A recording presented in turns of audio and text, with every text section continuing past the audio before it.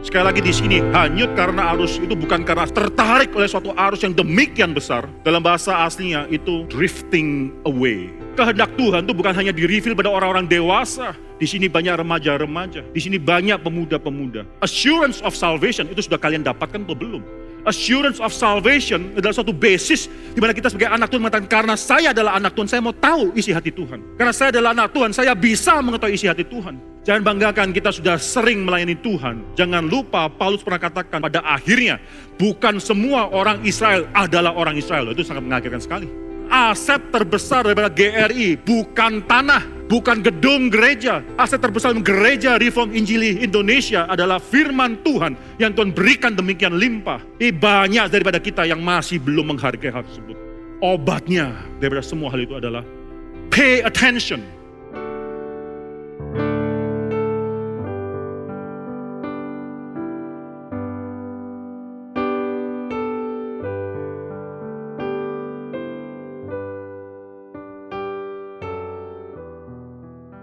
Saudara, mari kita membuka Alkitab kita dalam Ibrani pasal yang kedua.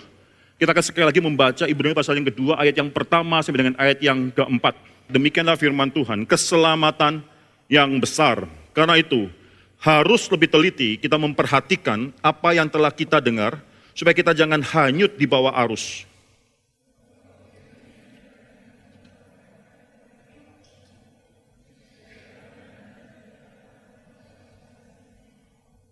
Bagaimanakah kita akan luput jikalau kita menyia-nyiakan keselamatan yang sebesar itu, yang mula-mula diberitakan oleh Tuhan dan oleh mereka yang telah mendengarnya, kepada kita dengan cara yang dapat dipercayai, sedangkan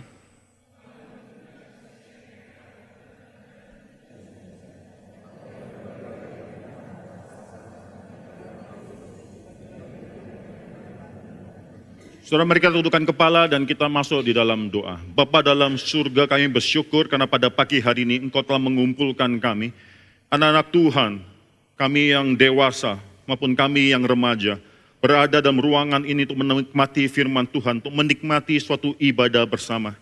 Ya Tuhan, berkatilah kami yang beribadah. Ketika Tuhan sudah menguduskan satu hari bagi kami untuk bisa kami beribadah, kami juga mau menguduskan hati kami dan pikiran kami pada saat ini. Kami datang dengan demikian banyak problema hidup. Kami datang dengan demikian banyak pergumulan-pergumulan. Tapi kami tahu Tuhan adalah Tuhan yang lebih di atas segala pergumulan kami. Engkau lebih besar, Engkau lebih berkuasa dalam segala pergumulan kami. Dan kami tahu sebagai orang yang berdosa yang hidup dalam dunia yang sementara ini, firman-Mu adalah firman yang kekal. Firman-Mu adalah dasar di mana kami bisa berpijak. Firman-Mu adalah dasar di mana kami bisa berjalan. Kami berdoa menyerahkan diri kami, supaya ketika firman Tuhan diberitakan, kami yang mendengarnya, baik yang di ruangan itu, maupun mereka yang mengikuti relay pada saat ini, kami bisa menikmati dan kami juga akhirnya bisa menghargai firman Tuhan tersebut. Ya Tuhan, kami serahkan pemberitaan firman Tuhan pada pagi hari. Kami serahkan hamba-Mu. Kami serahkan hamba-Mu juga menyerahkan jemaat yang sudah berkumpul. Kiranya firman Tuhan bertakhta di atas diri anak-anak manusia yang beribadah pada pagi hari ini. Dalam nama Tuhan Yesus Kristus kami berdoa. Kami menyerahkan pemberitaan firman Tuhan ini. Amin. Saudara, minggu lalu kita sudah mengatakan suatu hal yang penting. Ada suatu kata yang penting daripada Ibrani pasal yang kedua itu, yaitu kata karena itu. Kata ini therefore itu langsung mengkaitkan link antara apa yang sudah dikatakan daripada sebelumnya. Dan demikian banyak hal yang penting yang sudah dikatakan sebelumnya tersebut dengan apa yang akan dikatakan seterusnya oleh pengkhotbah atau penulis kitab Ibrani ini. Therefore itu bukanlah suatu kata yang saudara bisa abaikan semacam demikian. Karena itu, apa yang sudah kukatakan ini, given all I have said daripada penulis Ibrani ini, karena itu, maka kita harus melakukan sesuatu. Saudara, saya katakan minggu lalu ada suatu kaitan yang sangat penting antara indikatif dan imperatif. Antara pernyataan Tuhan mengenai siapa dia, mengenai natur dia, mengenai pribadi dia, mengenai juga karya daripada Tuhan, khususnya berkaitan dengan keselamatan kita. Indikatif-indikatif yang menyatakan bagaimana Tuhan sudah merubah status kita. Bagaimana Tuhan sudah mengerjakan keselamatan dalam hidup kita. Itu satu hal yang sangat penting sekali, tapi tidak ada suatu indikatif fakta bahwa Tuhan sudah bekerja yang tidak menghasilkan suatu imperatif dalam hidup kita, yang mengatakan bahwa kita harus akhirnya memikul salib kita. Kita harus menyangkal diri kita. Ada imperatif-imperatif tersebut. Bisa katakan orang yang mengenal indikatif, Mereka yang bisa mengenal apa yang sudah Tuhan lakukan. Khususnya berkenan dengan keselamatan dia. Tapi tidak pernah pengenalan tersebut membawa dia kepada imperatif-imperatif. Salib, penyangkalan diri, dan keharusan-keharusan yang dia lakukan. Orang yang semacam demikian adalah orang yang menikmati semua kasih karunia Tuhan. Tapi tidak pernah membawa dia kepada suatu tuntutan yang lebih lanjut lagi. Bagi saya itu adalah therapeutic Christianity. Bagi saya itu adalah suatu kekristenan yang menipu, suatu penipuan. Di mana kita dibuat merasa enak menjadi seorang Kristen, tidak pernah menuntut diri kita untuk taat kepada pimpinan atau pada firman Tuhan. Orang semacam demikian adalah orang yang belum benar-benar Kristen. Di lain pihak, saudara, orang yang mengerti imperatif-imperatif. Dan seringkali kita melakukan, kita mengajar anak-anak kita menekankan imperatif-imperatif. Kamu harus berubah, kamu harus lebih baik, kamu harus melakukan hal tersebut.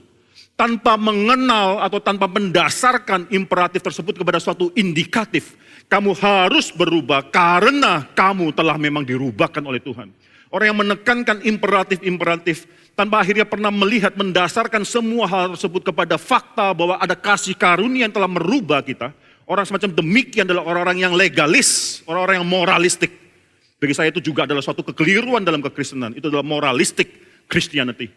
Maka di sini saudara-saudara, bagi saya pengertian antara indikatif dan imperatif tersebut atas apa yang sudah Tuhan kerjakan, siapa dia, natur dia, khususnya apa yang dia kerjakan dalam hidup kita, dan tuntutan Tuhan bagi kita. Pengertian kita mengenai indikatif dan imperatif tersebut adalah suatu hal yang sangat menentukan hidup spiritualitas daripada orang Kristen.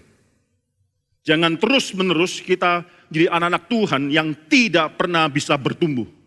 Banyak sekali orang datang dalam gereja, lama hidup dalam gereja, tapi sebenarnya belum bertumbuh. Saudara.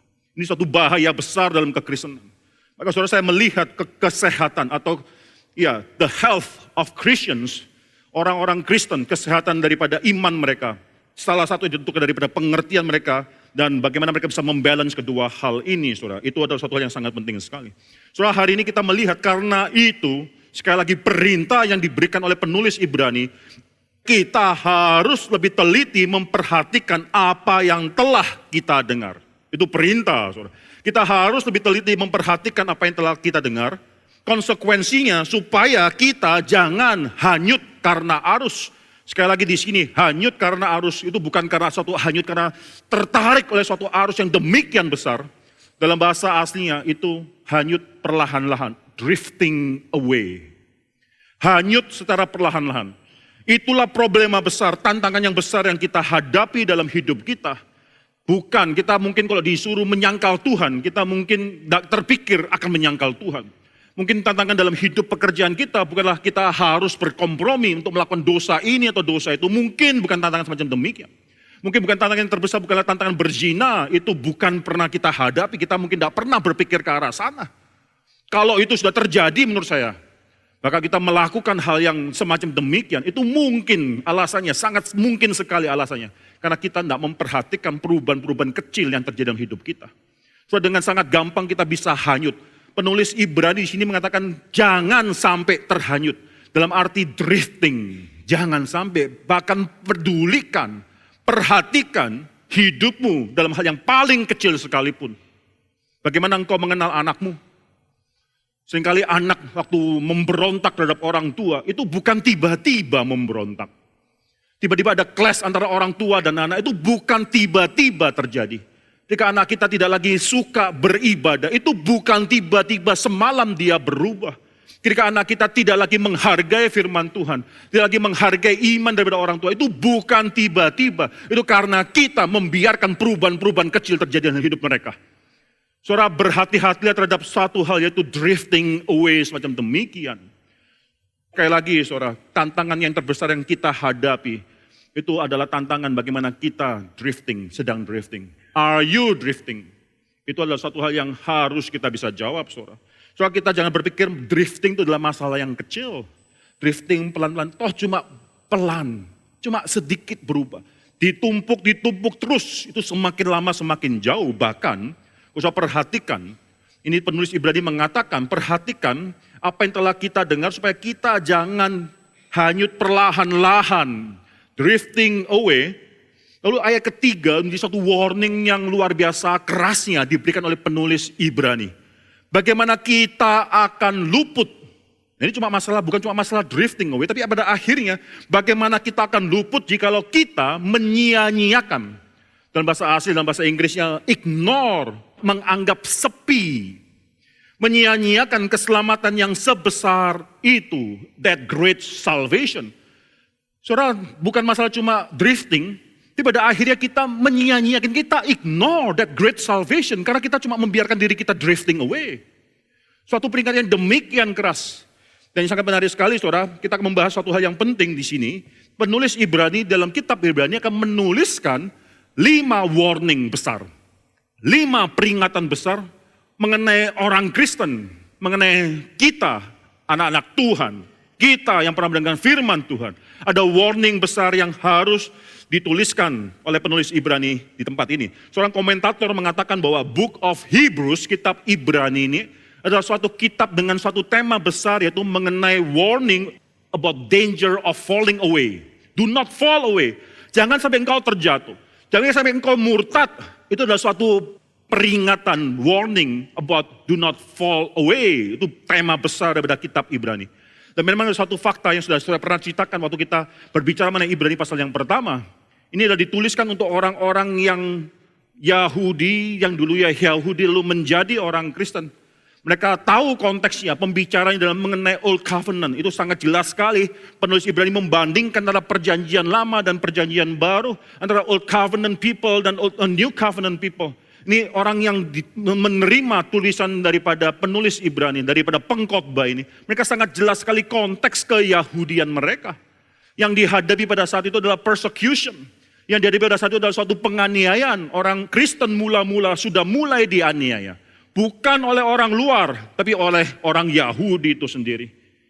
Ya, saudara masih ingat bagaimana Stefanus itu harus akhirnya dihukum mati oleh Sanhedrin, yaitu pimpinan daripada majelis, pemimpinan daripada orang-orang Yahudi, agama Yahudi. Itu penganiayaan pertama datang kepada mereka daripada kelompok orang-orang Yahudi tersebut. Di sini penulis Ibrani mengatakan, jangan sampai engkau murtad.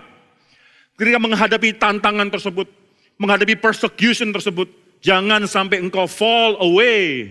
Ada beberapa warning, kita dalam waktu akan membahas satu persatu. Tapi saya akan tuliskan di sini ke-5 warning besar yang tulis oleh penulis Ibrani. Yang pertama yang sudah kita baca, itu Ibrani pasal 2 ayat 1 sampai 4 tersebut. Ayat ketiga khususnya, bagaimanakah kita akan luput jikalau kita menyia-nyiakan keselamatan yang sebesar itu warning. How can you escape? Kalau if we ignore this great salvation. Soalnya warning kedua, soalnya bisa melihat dalam Ibrani pasal yang ketiga, ayat yang ke-7. Ibrani pasal ketiga, ayat ke-7 sampai 4 ayat 13. Di sana penulis Ibrani mencatat ada warning yang lainnya yang harus kita perhatikan. Itu ada warning kedua yang akan dibahas oleh penulis kitab Ibrani ini. Warning yang ketiga, soalnya bisa membuka daripada Ibrani pasal yang ke-5. Pasal yang ke-5 ayat yang ke-11. Sampai pasal 6 ayat yang ke-12, itu warning yang ketiga. Sebagian daripada yang ditulis daripada Ibrani pasal yang ke-6 kita sangat mengenal. Ntar saya akan bahas sedikit, saudara. Ini sangat terkenal sekali warning yang ditulis, warning mengenai murtad. Yang keempat, saudara, adalah Ibrani pasal yang ke-10, ayat 19 sampai ayat yang ke-39, saudara. Itu warning yang keempat. Warning yang terakhir yang ditulis oleh penulis Ibrani adalah Ibrani pasal yang ke-12. Ayat yang ke-14 sampai dengan ayat yang ke-29, saudara. Di minggu-minggu yang akan datang suatu saat, saudara, kita akan membahas setiap warning daripada penulis Ibrani ini, saudara. Saudara, warning passages macam demikian di kitab Ibrani itu banyak membuat orang akhirnya bertanya-tanya. Menjadi perdebatan kontroversi secara teologis. Khususnya warning ini seakan mengatakan bahwa keselamatan itu bisa hilang. Khususnya warning ini seakan memberikan suatu konsep, suatu gambaran bahwa keselamatan itu mungkin bisa hilang. Warning terhadap murtad. Jangan sampai engkau murtad, kalau kau sudah murtad, engkau tidak mungkin bisa kembali dalam anugerah itu sendiri. Coba kita perhatikan beberapa ayat yang penting, saudara. Misalnya, saudara, Ibrani pasal yang ketiga. Kita bisa buka Ibrani pasal yang ketiga, saudara, ayat yang ke-12. Ibrani pasal yang ketiga, ayat ke-12.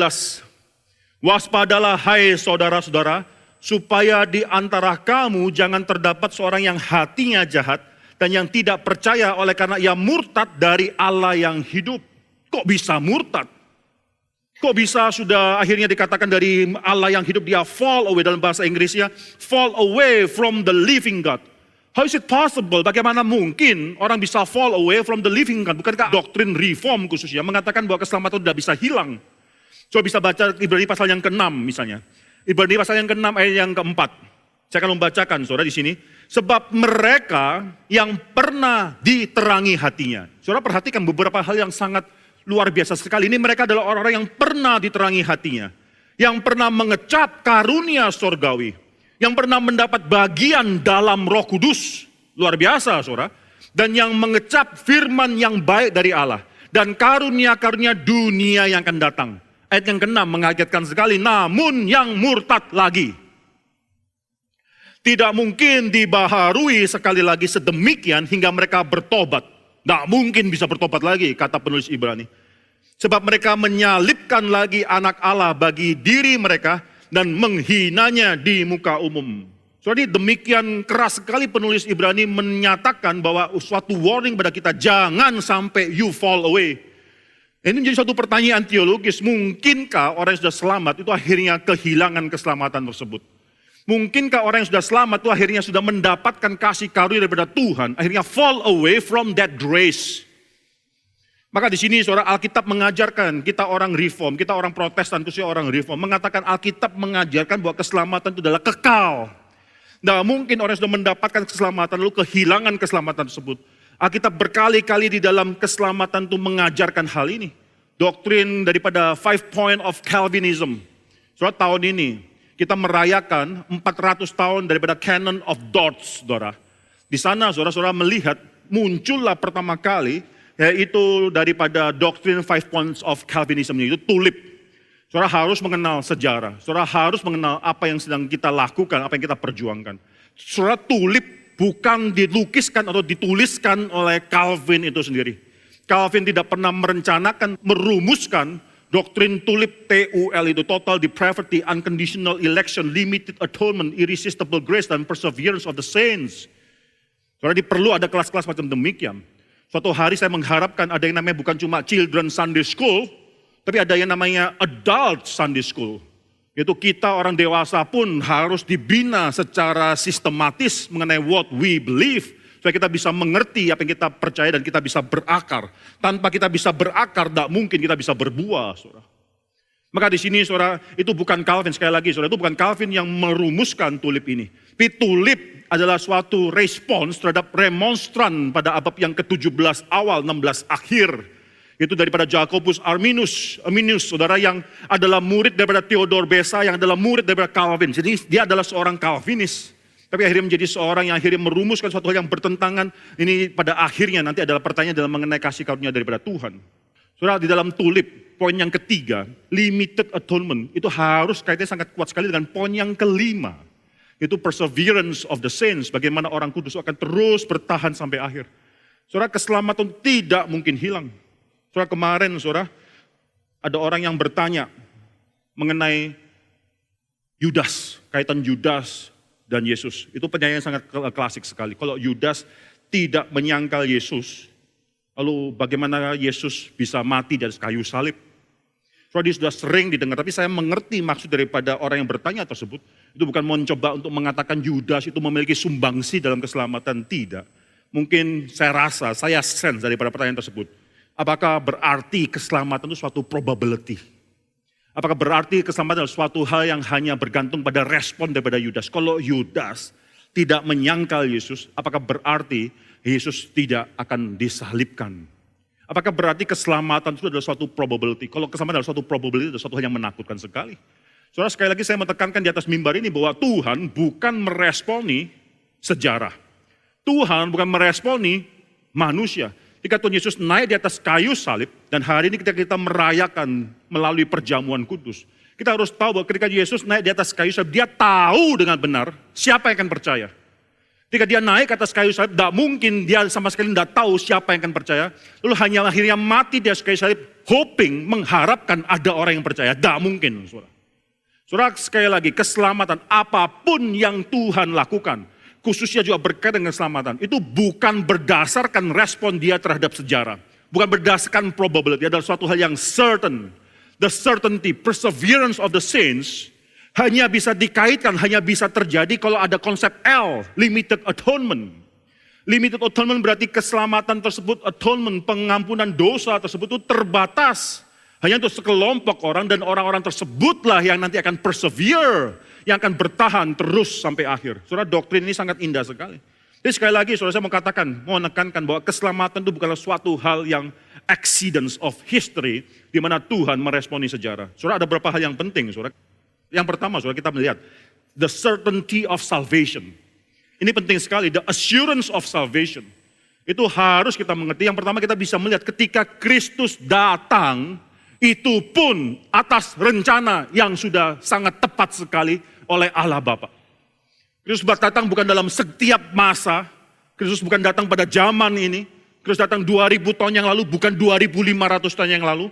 Kristus datang pada suatu waktu yang memang sudah genap waktunya, maka Kristus datang. Di sini kita bisa melihat, sejak permulaan keselamatan sampai akhir keselamatan itu semua adalah rencana daripada Tuhan.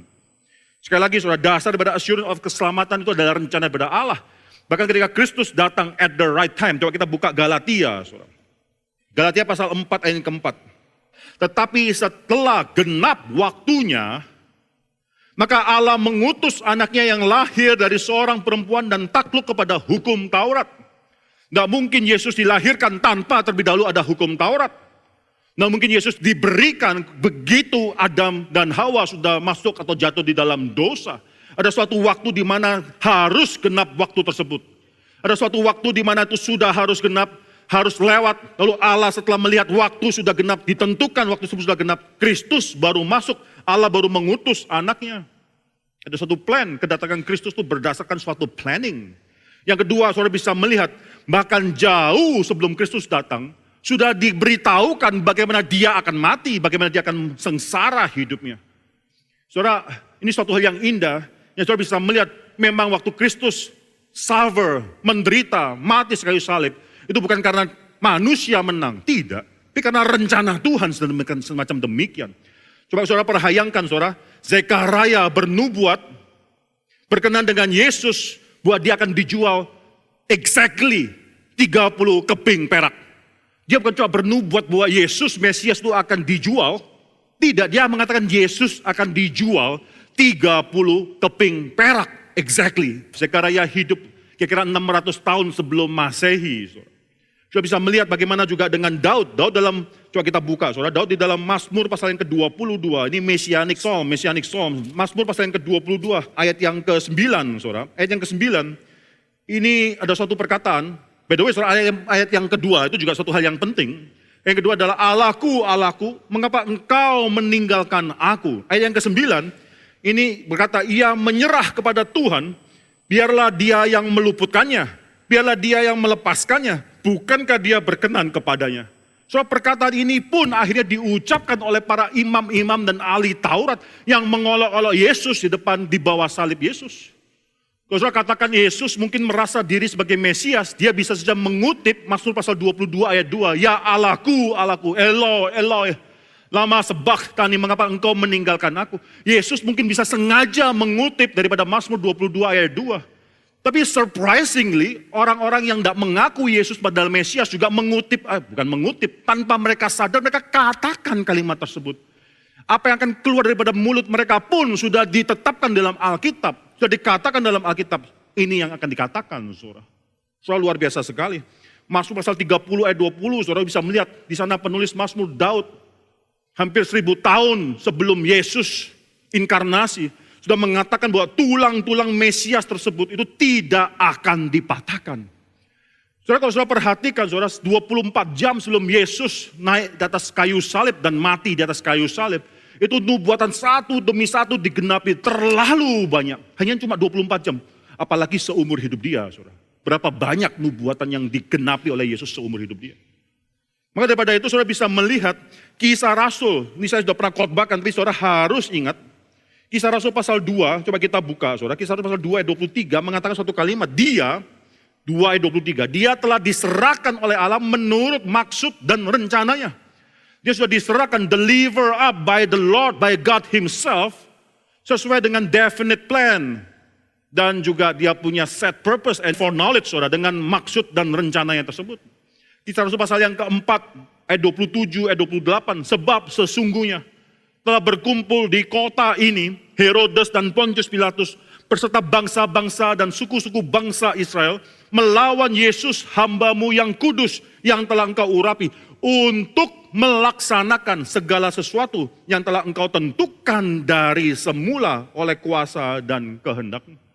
Yesus ketika datang, kita gak bertanya, kalau misalnya Yudas tidak menjual Yesus, lalu nanti keselamatan bagaimana ya? Bukan, bahkan Yesus datang saatnya, itu sudah ditetapkan. Kapan? Tepat waktunya. Bahkan Yudas pun harus lahir pada saat itu untuk menggenapi segala sesuatu yang telah direncanakan oleh Tuhan. Bahkan Yudas pasti akan menjual Yesus. Ini suatu daripada semua yang sudah Tuhan tetapkan. Saudara bisa melihat, saudara, misalnya dalam beberapa ayat malam sebelum Yesus naik ke atas kayu salib. Coba kita buka, saudara, Yohanes pasal 17 mencatat doa Yesus yang paling panjang yang pernah dicatat di dalam Alkitab. Ini doa syafaat daripada Tuhan kita. Ini malam sebelum Yesus disalibkan. Saudara bisa melihat ketika dia disalibkan, malam sebelum dia disalibkan, dia tahu benar untuk apa dia harus mati. Dia sangat mengerti mengapa dia harus mati. Ya, 17 ayat yang ke-9. Aku berdoa untuk mereka, bukan untuk dunia. Aku berdoa. Tetapi untuk mereka yang telah Engkau berikan kepadaku, sebab mereka adalah milik-Mu. Tidak pernah dikatakan bahwa ketika Yesus mati, maka dia mati untuk semua orang yang mau percaya. Tidak. Ketika Yesus naik di atas kayu salib, dia tahu bahwa dia harus berkorban dan dia mengorbankan dirinya. Mati kayu salib itu khusus ya untuk mereka yang sudah ditetapkan, yang diberikan oleh Allah Bapa kepada dia, sekelompok orang tersebut. Ayat yang ke-12, Yohanes pasal 17 ayat ke-12. Selama aku bersama mereka, aku memelihara mereka dalam namamu, yaitu namamu yang telah Engkau berikan kepadaku. Aku telah menjaga mereka dan tidak ada seorang pun dari mereka yang binasa, selain daripada dia yang telah ditentukan untuk binasa. Saudara bisa melihat ini suatu certainty mengenai keselamatan, saudara.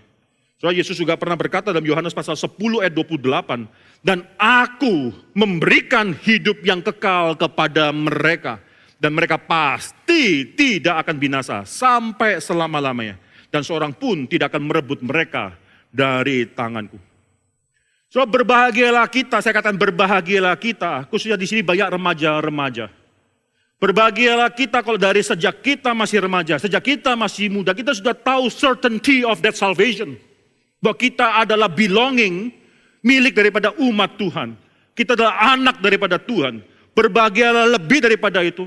Kalau sebagai anak Tuhan, lalu kita bisa mengerti apa itu kehendak Tuhan atas hidup kita. Saudara, kehendak Tuhan itu bukan hanya di-reveal pada orang-orang dewasa. Kehendak Tuhan itu bukan hanya dinyatakan kalau kita sudah cukup dewasa umur. Sejak saat masih muda, masih kecil, masih remaja, kita harus memikirkan, merenungkan. Saudara, itu adalah suatu kebahagiaan yang luar biasa sekali. Dari masih muda kita sudah menetapkan arah hidup kita. Di sini banyak remaja-remaja. Di sini banyak pemuda-pemuda. Saya mau tanya, assurance of salvation itu sudah kalian dapatkan atau belum? Kalau assurance of salvation belum kalian dapatkan, tidak mungkin kalian bisa mendapatkan mengetahui kehendak Tuhan dalam hidupmu. Assurance of salvation adalah suatu basis di mana kita sebagai anak Tuhan mengatakan, karena saya adalah anak Tuhan, saya mau tahu isi hati Tuhan. Karena saya adalah anak Tuhan, saya bisa mengetahui isi hati Tuhan. Kalau saya adalah anak Tuhan, saya bisa dan akan dipakai oleh Tuhan. Saya mau tahu isi hati Tuhan, saya akan memperjuangkan seumur hidup, memperjuangkan kehendak Tuhan. Saudara, bersyukurlah kalau dari sejak muda kita bisa memiliki hal tersebut.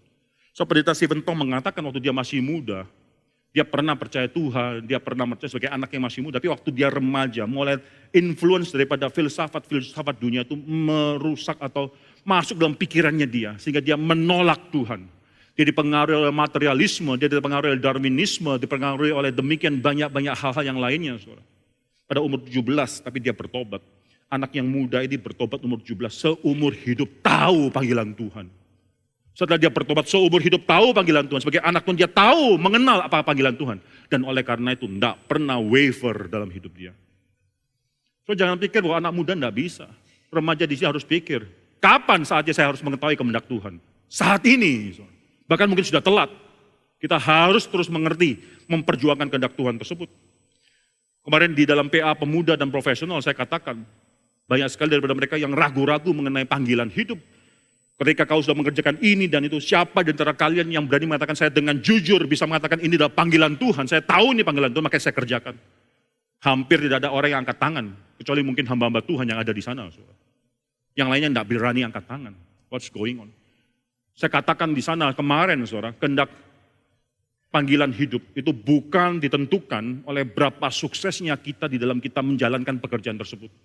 Berapa suksesnya, berapa banyak doors yang sudah open di hadapan kita, tidak. Panggilan hidup ditentukan daripada satu hal, yaitu kita mengerti, sudah mendapatkan, mengerti apa, bukan sedang mencari-cari. Lalu kalau tandanya ini panggilan hidup adalah karena kita diberkati dalam melakukan usaha ini, usaha itu, pekerjaan ini. Bukan. Bukan itu. Saudara, mengapa? Kadang-kadang orang punya konsep, kalau pintu terbuka, berarti Tuhan mau saya ke sana. Kalau pintu ini tertutup, berarti Tuhan tidak mau kita ke sana. Tapi seringkali yang buat kita salah menilai adalah kita orang berdosa. Saya katakan pada para pemuda kemarin, kadang-kadang kita melihat pintu tertutup, itu sebenarnya bukan tertutup, tapi banyak durinya.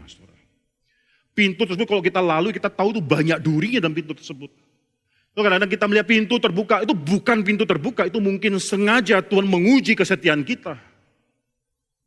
Maka di sini saudara saya katakan pada akhirnya, kita mengetahui kita mendapatkan panggilan Tuhan dari kesetiaan yang kita miliki. Setelah kita tahu panggilan Tuhan tersebut, kita setia, persevere, faithfulness itu sangat penting sekali. Saudara sangat bersyukur sekali kalau kita bisa mengatakan bahwa kita mengenal bahwa kita adalah orang yang diselamatkan. Saudara, ini sangat penting sekali. Saudara. Saya mengatakan beberapa hal yang penting yang lain. Saudara. Ada warning passages ini berarti mereka adalah diberikan kepada mereka yang belum benar-benar percaya. Itu seakan-akan mereka adalah orang yang percaya. Ketika mereka murtad, seakan mereka kehilangan kasih karunia tersebut. Jadi mereka belum benar-benar percaya, tetapi mereka adalah orang-orang yang kelihatannya percaya.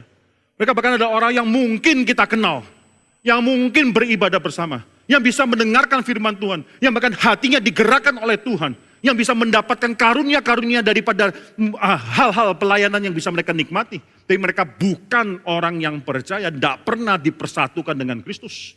Kalau kita sudah dipersatukan dengan Kristus, tidak mungkin kita bisa kehilangan kesatuan dengan Kristus tersebut. Itu bukan ajaran daripada Alkitab. Certainty of salvation sudah diajarkan dalam Alkitab.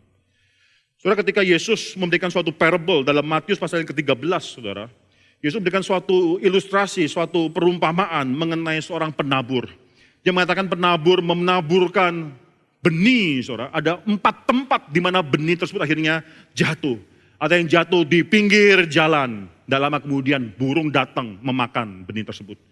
Ada yang jatuh di atas tanah yang berbatu-batu, atas batu-batu, tanahnya tipis, tidak banyak tanah di sana.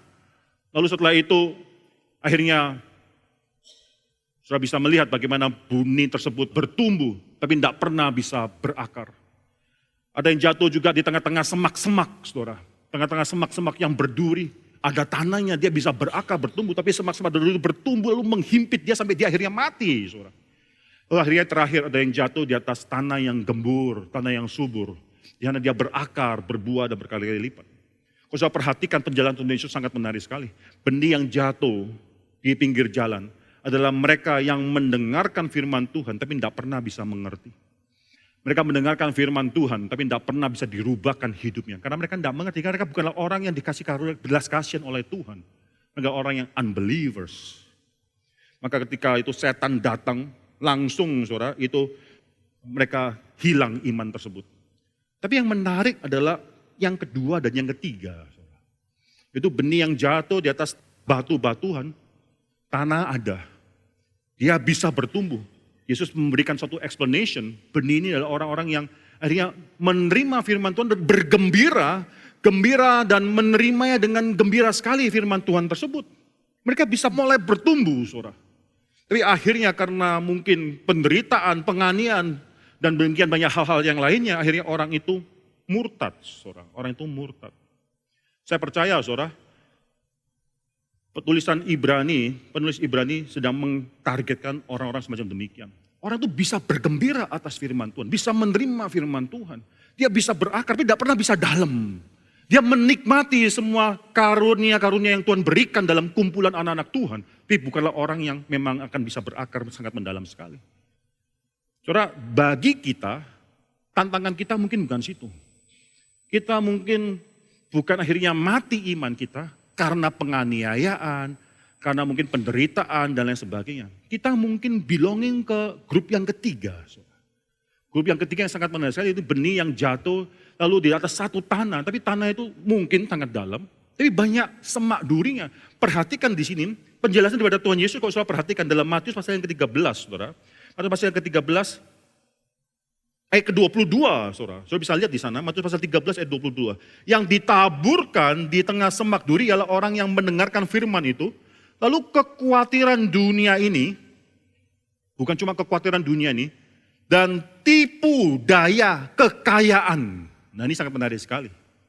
Saudara kita sangat bisa mengerti kalau semak-semak itu seperti apa saudara? Seperti kekhawatiran yang terus menghimpit kita. Kita khawatir ini, kita khawatir itu, tidak pernah bisa berakar lebih lanjut lagi karena kekhawatiran kita. Tapi bukan hanya itu saja. Bukan hanya itu saja, tapi dari tipu daripada kekayaan dunia ini, kenikmatan dunia ini, kelancaran dunia ini akhirnya menghimpit kita. Kelancaran yang menghimpit kita itu yang jadi warning juga di dalam ilustrasi atau perumpamaan daripada Tuhan Yesus ini.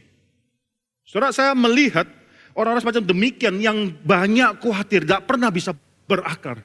Yang bahkan mungkin hidupnya terlalu lancar, saudara. Yang tertipu oleh kekayaan dan kenikmatan dunia ini. Mereka akhirnya dihimpit oleh semua hal itu dan akhirnya mati. Pernah bertumbuh, pernah mungkin berakar, tapi tidak bisa selama-lamanya. Saudara. Sementara saja, seakan-akan ada iman yang sementara, temporary faith diberikan pada mereka. Mereka bisa bertumbuh sementara. Memang khususnya diberikan supaya mereka bertumbuh hanya sementara. Hanya akhirnya benih yang keempat, yang tinggal atau jatuh dalam tanah yang gembur, mereka yang mendengar, yang mengerti, dan akhirnya berbuah 100 kali lipat, 60 kali lipat, 30 kali lipat. Saudara jangan lupa, saudara, ketika orang Israel keluar daripada tanah Mesir tersebut, itu ada orang-orang bangsa-bangsa lain yang ikut bersama-sama dengan mereka. Ketika orang Israel keluar daripada tanah Mesir, itu ada orang-orang yang mungkin tidak pernah benar-benar adalah umat Tuhan. Dan mereka melihat segala sesuatu yang dilakukan oleh Tuhan. Mereka bahkan adalah bagian daripada umat Israel yang menerima segala sesuatu penyertaan Tuhan bagi mereka. Mereka di sana melihat bagaimana tiang api dan tiang awan berjalan di depan mereka. Mereka bisa menyeberangi Laut Kolsom. Mereka bisa menyeberangi Laut Kolsom bersama dengan umat Israel. Tapi belum tentu kalau mereka tidak pernah memiliki iman. Mereka hanya ikut merasakan, tapi bukan bagian daripada umat Tuhan tersebut. Jangan katakan mereka. Saudara mengerti sendiri di dalam bangsa Israel ketika mereka keluar daripada tanah Mesir. Banyak daripada mereka yang akhirnya tidak pernah bisa masuk dalam tanah perjanjian. Mereka memberontak terhadap Tuhan. Mereka akhirnya dibasmi satu persatu harus mati di dalam wilderness. Maka ada yang akhirnya harus benar-benar mati pada saat itu juga. Bukan overtime, bukan mati tua. Dihukum mati karena perlawanan mereka terhadap Tuhan. Orang-orang ini adalah orang yang pernah melihat kasih karunia Tuhan yang membebaskan mereka daripada tanah Mesir. Mereka pernah melihat 10 tulah daripada Tuhan. Mereka melihat penyertaan Tuhan. Mereka melihat demikian banyak mujizat demi mujizat. Tetapi bukan orang yang diselamatkan. Mungkin tidak dalam gereja, mungkin dalam gereja GRI Karawaci ada orang-orang semacam demikian juga. Yang juga sama-sama ibadah. Yang juga sama-sama bersama-sama. Yang juga akhirnya pernah mendengarkan firman Tuhan. Bahkan warning daripada Ibrani. Coba kita buka Ibrani lagi, saudara. Warning daripada kitab Ibrani pasal yang ke-6 tersebut itu demikian mengagetkan sekali. Kok mungkin ada orang-orang semacam demikian? Bagaimana mungkin ada orang-orang yang pernah mengecap semua karunia-karunia daripada Tuhan, akhirnya tetap murtad. Ya, Ibrani pasal 6 ayat yang keempat, sebab mereka yang pernah diterangi hatinya. Yang pernah mengecap karunia surgawi. Yang pernah mendapat bagian dalam Roh Kudus. Yang pernah mengecap firman yang baik daripada Allah. Dan karunia-karunia dunia yang akan datang. Tapi mereka murtad. Mungkin tidak. Sangat mungkin. Karena memang mereka bukanlah orang yang benar-benar disatukan dengan Tuhan. Nah, warning yang demikian real. Dan mungkin yang demikian real. Mereka adalah orang yang cuma menikmati, merayakan keagamaannya secara lahiriah saja. Jangan banggakan kelahirian daripada ibadah kita. Jangan banggakan kita sudah sering melayani Tuhan. Jangan banggakan semua hal tersebut. Jangan lupa Paulus pernah katakan dalam Roma pasal 9 ayat 6. Pada akhirnya bukan semua orang Israel adalah orang Israel. Itu sangat mengagetkan sekali. Orang Israel kan adalah orang yang identitas, disunat umat Tuhan. Mereka yang mendengarkan firman Tuhan, yang mereka melakukan ritual. Mereka yang mungkin akhirnya turut bersama-sama dengan orang Israel lainnya, mempersembahkan korban, mendapatkan pengampunan dosa dan sebagainya. Bukan semua orang Israel adalah orang Israel, Paulus katakan. Lalu diteruskan pasal 9 ayat 7. Tidak semua keturunan Abraham adalah anak Abraham. Itu mengagetkan sekali. Di dalam Roma pasal 11, Paulus bicara mengenai remnan, sisa-sisa dari orang Israel tersebut. Soalnya saya khawatir, di gereja ini juga demikian. Saya khawatir, bahkan kita harus khawatir di keluarga kita, bagaimana kita bisa melihat, mendapatkan bukti keselamatan pada anak-anak kita. Bagaimana kita bisa menyaksikan mereka bertumbuh dalam Kristus. Bagaimana kita bisa meyakinkan mereka bahwa mereka dalam kasih karunia Tuhan. Jangan mereka cuma merasakan bagaimana bisa menikmati semua anugerah-anugerah tersebut, tapi bukan orang yang diselamatkan. Ini warning yang besar sekali di dalam Ibrani. Mari kita buka Ibrani lagi, saudara. Ibrani pasal yang kedua tersebut. Saudara, dalam ayat ketiga, bagaimana kita akan luput jikalau kita menyia-nyiakan keselamatan yang sebesar itu. Apa yang membuat keselamatan ini demikian besar? Apa maksudnya this great salvation? Apa maksudnya keselamatan yang besar ini, saudara? Maka di sini tidak dikaitkan dengan apa yang sudah dikatakan dalam Ibrani pasal yang pertama. Sekali lagi kaitan antara Ibrani pasal yang pertama dan Ibrani pasal yang kedua demikian ketat, demikian erat, saudara. Ini keselamatan yang besar karena Allah sekarang berbicara melalui anaknya, bukan lagi melalui nabi-nabinya. Pada zaman akhir ini Allah sudah berbicara melalui anaknya.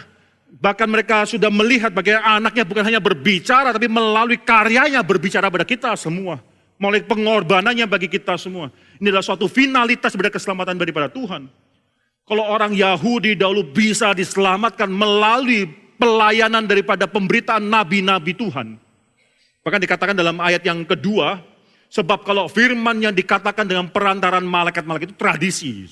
Sejak kapan firman dikatakan dalam perantaran malaikat-malaikat? Saya pernah khotbahkan ini untuk kita bahas Ibrani pasal yang pertama.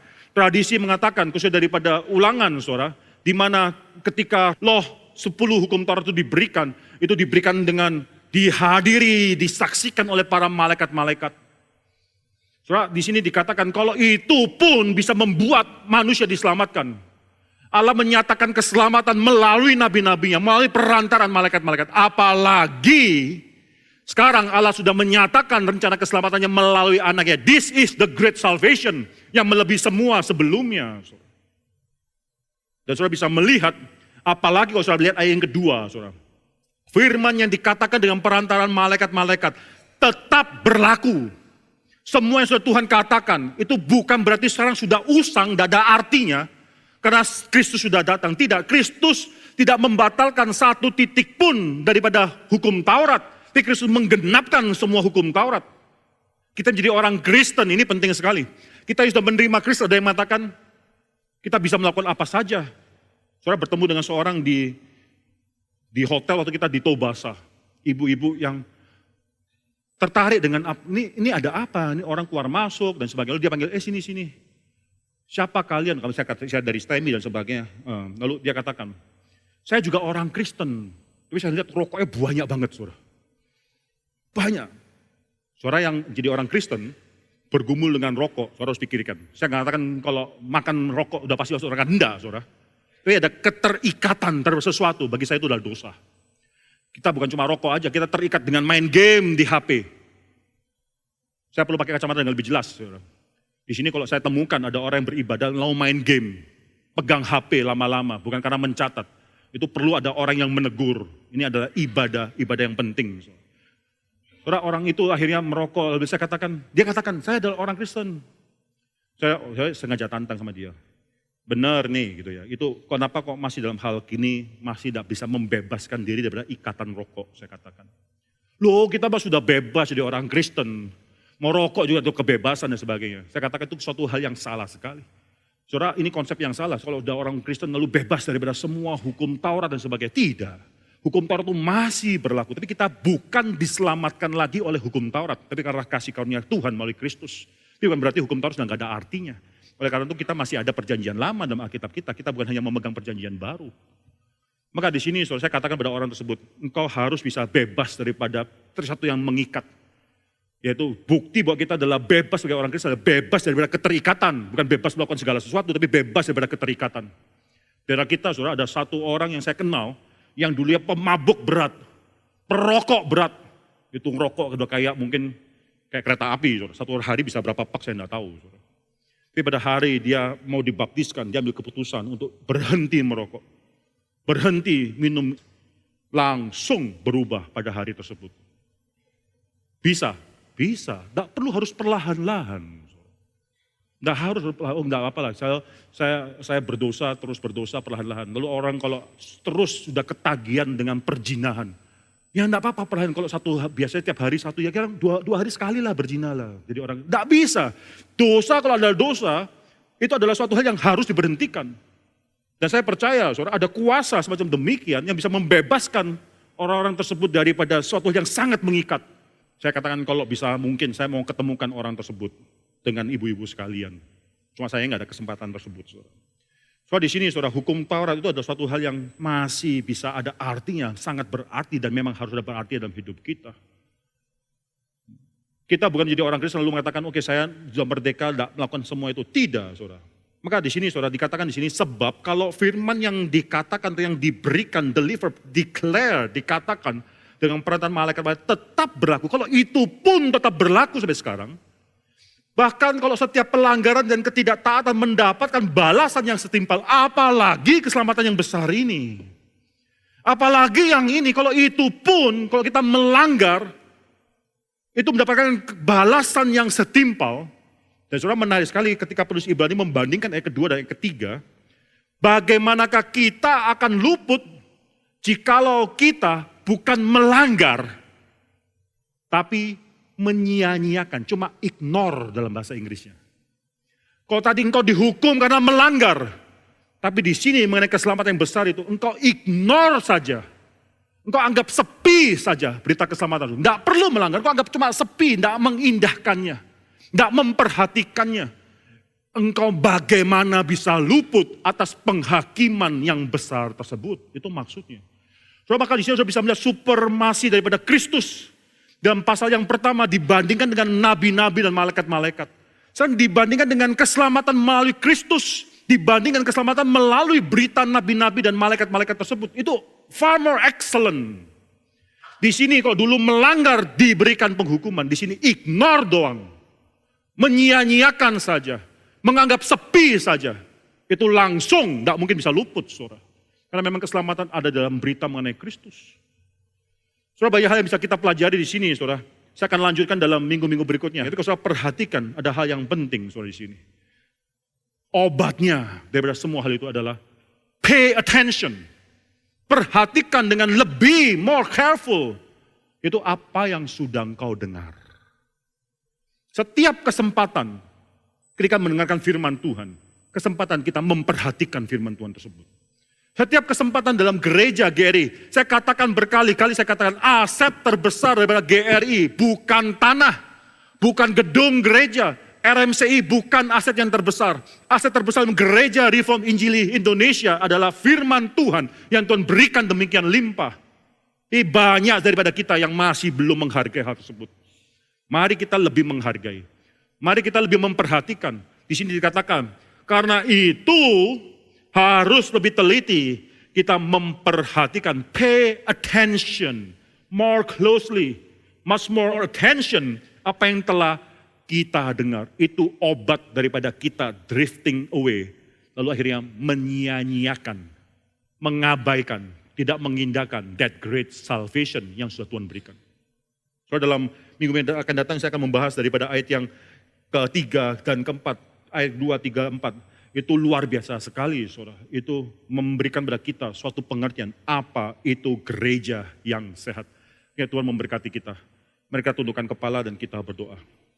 Bapa dalam surga, kami bersyukur untuk semua pekerjaan Tuhan dalam hidup kami. Ya Tuhan, kami bersyukur karena Tuhan adalah Tuhan yang menciptakan kami dan yang menebus kami. Tuhan yang mencipta, yang menebus, dan akhirnya memberikan firman Tuhan supaya kami bisa terus dengarkan dan kami terus perhatikan. Ya Tuhan, ajar kami, bukan hanya orang tua, orang dewasa tempat ini, tapi juga anak-anak.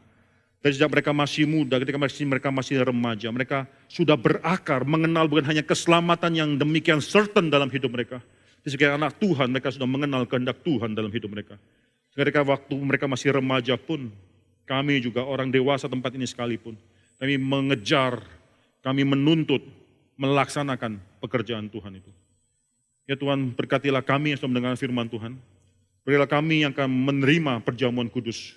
Kami serahkan semua dalam tangan Tuhan. Kiranya firman Tuhan yang inkarnasi, firman Tuhan yang sudah diberitakan, firman Tuhan yang hidup dalam hidup kami. Kami serahkan semua dalam nama Tuhan Yesus Kristus. Amin.